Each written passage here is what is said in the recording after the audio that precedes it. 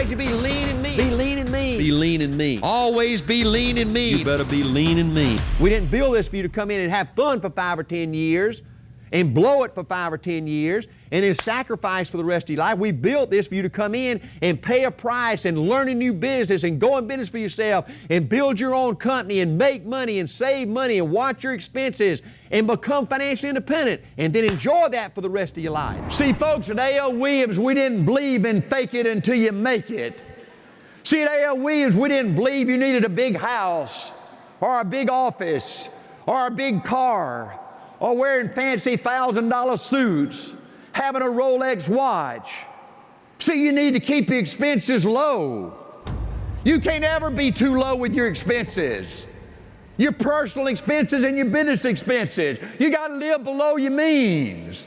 You got to prepare for crap that happens.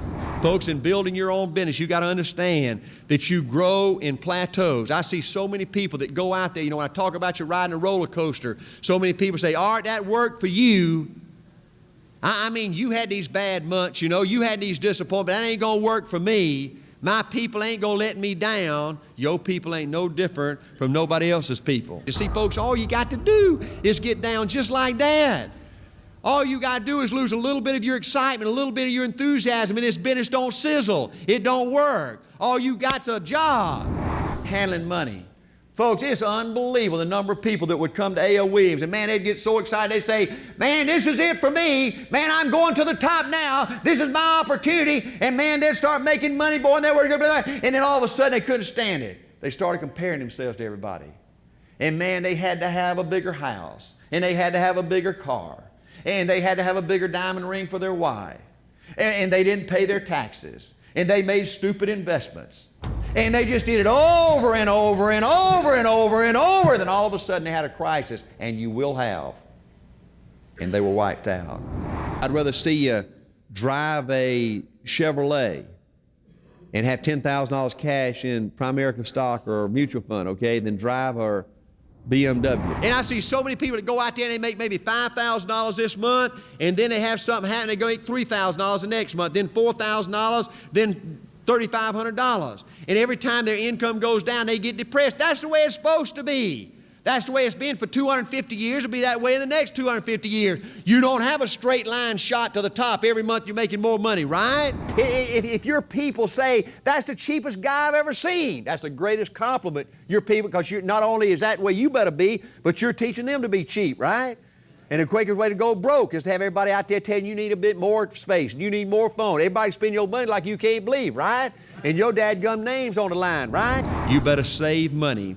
Every part-time ought to save 100% of everything he makes at A.L.Williams. Every full-time ought to save 50% of every paycheck. You got to pay your taxes. You need to have conservative investments. I know more people that have blown their opportunity at A.L.Williams, worried about paying taxes, going out there and taking their money and putting it into some kind of risky thing, trying to make a fortune and losing everything they got and had to start over. You better be conservative. You buy your home. You start an IRA. You put your mutual fund. You put your money in a mutual fund. Keep your expenses low. I believe your office expenses should never be more than 10% of your cash flow. Your total business expenses never more than 15 to 20, tops 25%. Be slow to expand. Your people will spend your money like you can't believe, right? Right? Folks, every time you feel a need to go out and get more telephones and more offers, always wait 90 days.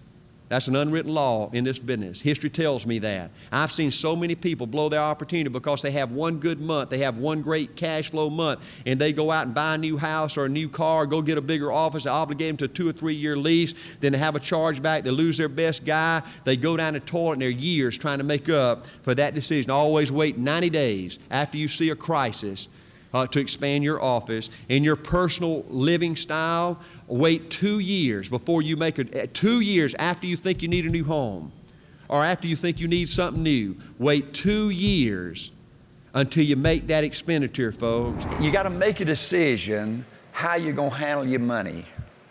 One of the dangers in having y'all making so much money so much faster than all of us did. And we came in this thing, I was making $10,000 a year coaching.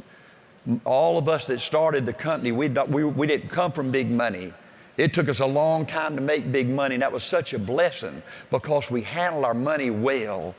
We built great financial principles, and if you're not careful and you do all this stuff fast, you get lazy and sorry and sloppy. See, as a leader, you got too many people counting on you, right?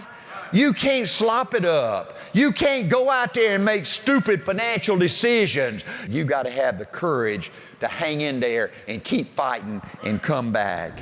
I had one guy at dinner the other night ask that, Art, you know, how much gas does it take to run the Lady Angela?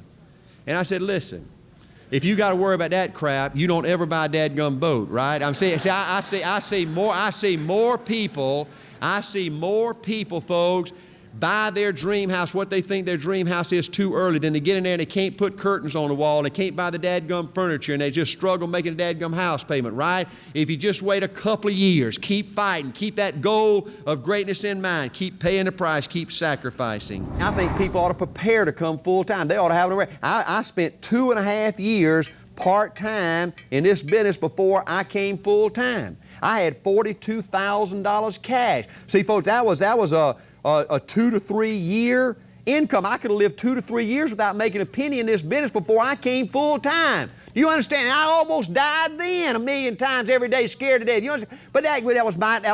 And now today I'm worth a little bit, okay? Now, folks, now you might say, well, Arn, I'm going to come full time broke. I don't care. Well, I ain't got a pot to pee in, right? And I'm just going, well, it didn't work for me. When I founded A.L.Williams, when I helped found A.L.Williams, I had $200,000 in cash. Folks, Angela, of course, my standard of living had gone up a little bit now, but that was about 5 years of income. Angela, I could have lived for 4 or 5 years, folks, without making a sale when I founded A.L.Williams. Without making a single sale, we could have gone 4 or 5 years, and I never touched that money. That's another principle, okay? You save the money, don't ever touch it, right? But man, that's that little edge I'm talking about right there, okay? Folks, don't loan money to your people. I've loaned money. I've given more money away than any of you ever will. I've never loaned a nickel to anybody in this business that I didn't delay a problem. I let people know, folks, I'll give you everything I got, and that's a bunch, except my money. See, sometime in your life, you're going to get as low as you can get. It happened to me. And then you and you alone have got to make up your mind, dadgummit, if you're tired of starving. If you're tired of being average and ordinary. I'll be there 7 days a week. I'll do anything I can. But dadgummit, you've got to pull yourself up by your bootstraps. The reason I call this guy up here is we've been a buddy for over 30 years now. Yes, sir. Everybody that builds a team is going to come to a crossroads in your life. A real gut check. It happened to me in coaching, and it happened to me a number of times in A.L.Williams.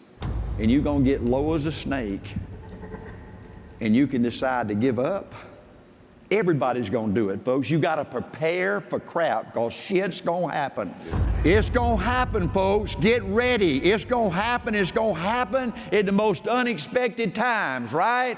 Right. This guy got hit a few years ago. Smart loans disappeared, right? Citigroup disappeared. He had an office manager that was a family manager, stole a lot of money from him, right? She didn't pay the taxes. He had $2 million he had to pay to the IRS. How many people after 25 or 30 years would have the courage to suck it up one more time, to go for it one more time? What we wanted at A.L.Williams were RVPs that could suck it up when you're low as a dadgum snake, right? Right. We didn't even have guidelines the first 2 years at A.L.Williams. We wanted to promote the person. The most important thing was somebody with a heart. That's right. Somebody who was tough, would get after your ass. And this guy did it.